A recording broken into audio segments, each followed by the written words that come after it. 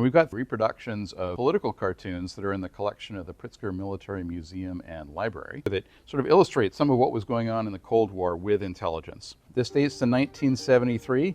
Careful, Pete, somebody's tapping us, and you've got a couple boys, one of them's implied, talking over a tin can and a string connected to each other. This cartoon is a reference to the growing distrust in government and government surveillance. There had been revelations a couple years before of an FBI program called COINTELPRO for domestic surveillance.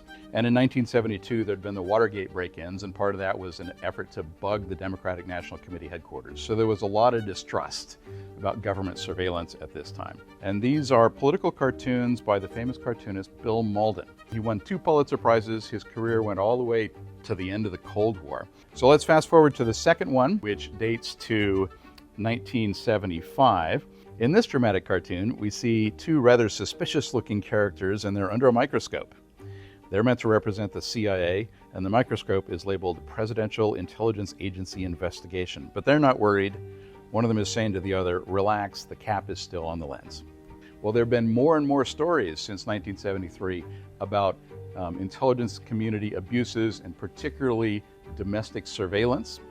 And so President Gerald Ford, trying to head off Congress taking action here and getting into what he views as his turf, he appoints a Blue Ribbon Commission to be chaired by Vice President Nelson Rockefeller in early January 1975 to look into what the CIA has been doing. About 3 weeks later, the Senate is going to create the Church Committee, and in February, the House of Representatives is going to create the Pike Committee, which will evolve into today's House Permanent Select Committee on Intelligence to also investigate the intelligence community.